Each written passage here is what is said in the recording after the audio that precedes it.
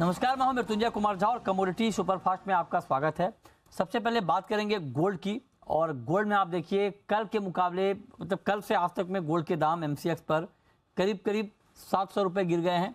55,000 के नीचे आ गया है गोल्ड। और 2 दिन में चांदी में 3100 रुपये से ज़्यादा की गिरावट आ गई है। 61,800 के नीचे इस वक्त चांदी में ट्रेड हो रहा है। गिरावट क्यों आई है? गिरावट इसलिए आई है कि अमेरिका में एक बार फिर से तेज रफ्तार से दरें बढ़ने के संकेत मिले हैं। फेड चेयरमैन जेरोम पावेल ने साफ तौर पर यह बात कही है कि आने वाले वक्त में अनुमान से ज़्यादा ब्याज दरें बढ़ सकती हैं। इसके बाद मार्केट में हड़कंप मचा। डॉलर का इंडेक्स काफ़ी मजबूत हुआ, करीब करीब 1%, और उसका बड़ा नेगेटिव इम्पैक्ट कीमतों के लिहाज से सोने और चांदी पर देखने को मिला है।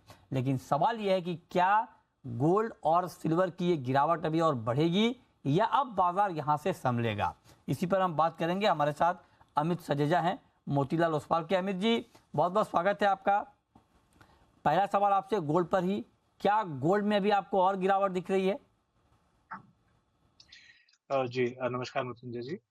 जी जिस तरह आपने एक्सप्लेन किया कि जो ब्याज दरें हायर रेट पे बढ़ने की वजह से डॉलर इंडेक्स में एक तेजी का माहौल बना है, उस वजह से डेफिनेटली गोल्ड और सिल्वर पे दबाव बरकरार है। और मेरे हिसाब से नॉन फार्म पेरोल डेटा जो इस शुक्रवार को आने वाला है तब तक एटलीस्ट बरकरार रहेगा।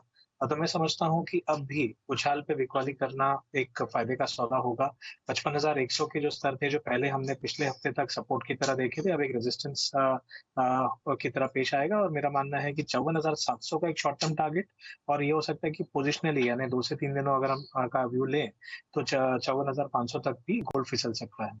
ओके, ठीक है। अब आते हैं चांदी पे। चांदी में आप देखिए कि चांदी में भी बहुत तेज गिरावट आई है। 4 महीने में सबसे सस्ती हो गई है चांदी विदेशी बाजार में। इंडियन मार्केट में 3100 रुपये दाम गिर गए हैं 2 दिन में।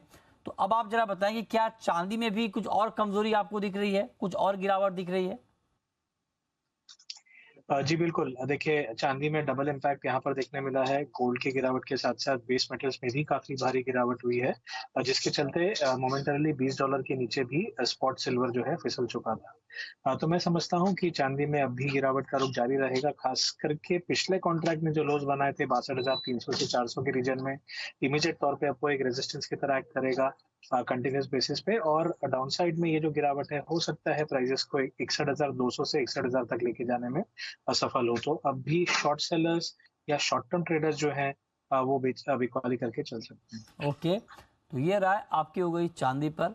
61,300 के टारगेट के लिए आप यहाँ पर कह रहे हैं कि चांदी अभी बेचना चाहिए 62,100 पे। अब आते हैं कच्चे तेल पर।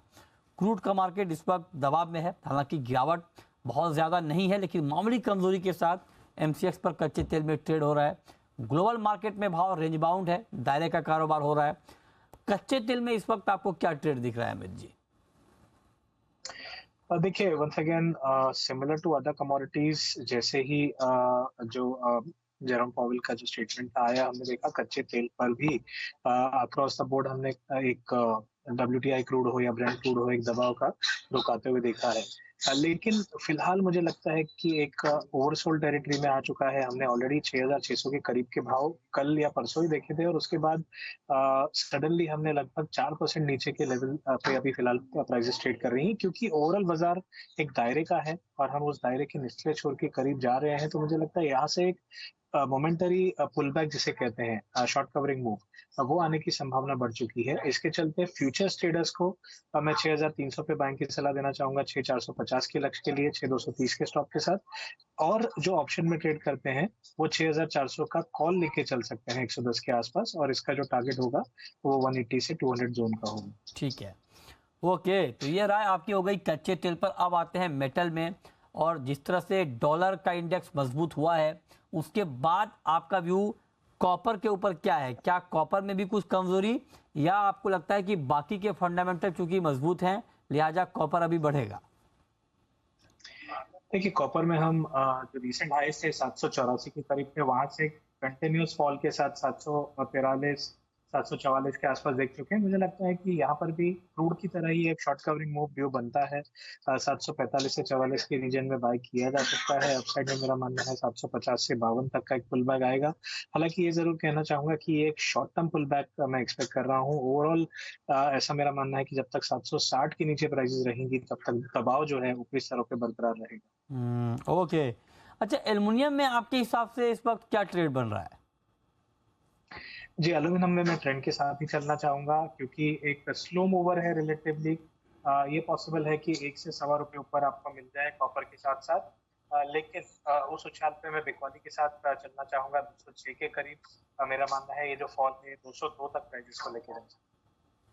ठीक है, तो ये 5 कॉल जहां पर आप आपके लिए कमाई के मौके बन सकते हैं, ये मानना है अमित जी का। अमित जी, एक सवाल मेरा आपसे अब करेंसी के ऊपर होगा, क्योंकि फेड के बयान के बाद डॉलर में काफ़ी मजबूती आ गई, तो अब रुपए का आउटलुक आपका क्या है? देखिए, रुपया थोड़ा-सा स्थिरता हमने परसों के सेशन में ही देखी थी ahead of the testing money. और क्योंकि डॉलर इंडेक्स फिलहाल मजबूत हुआ है तो ऐसा हो सकता है कि करीबन 2 से 3 सेशन का अगर मैं गिनूँ लूँ तो और थोड़ी गिरावट हमें रुपए में देखने मिलेगी। जहाँ पर स्पॉट रुपये जो है 82 30 तक जा सकता है। यानी करंट लेवल से करीबन 0.3 से 0.4 जो परसेंट की है नरमी और हमें रुपए में दिखती है। ठीक है, तो ये रहा है आपकी करेंसी के ऊपर। अच्छा, नेचुरल गैस में आपके हिसाब से कोई ट्रेड अभी लेना चाहिए या दूर रहें इस काउंटर से? देखिए, मेरा मानना है कि नेचुरल गैस में जो स्विंग था, जो इतने महीनों से या इतने हफ्तों से मैं कहूँगा सेलोंग रैली था, कहीं न कहीं वो फिलहाल बाय ऑन डिप्स की तरफ जा रहा है। हमने एक रैली ऑलरेडी 165 से 245 तक आते हुए देखी है। अब उस रैली का रिट्रेसमेंट आ रहा है। मेरा मानना है कि 210 से 200 के रीजन में जब ये मिले तो दोबारा एक बार शॉर्ट टर्म अपसाइड मूव यानी 255 से 60 के ठीक लिए है। जो ट्रेडर बाय करके चल सकते हैं। ओके, चलिए, बहुत शुक्रिया आप अमित जी आपका जुड़ने के लिए, बताने के लिए कहाँ पर कमाई के मौके बनेंगे।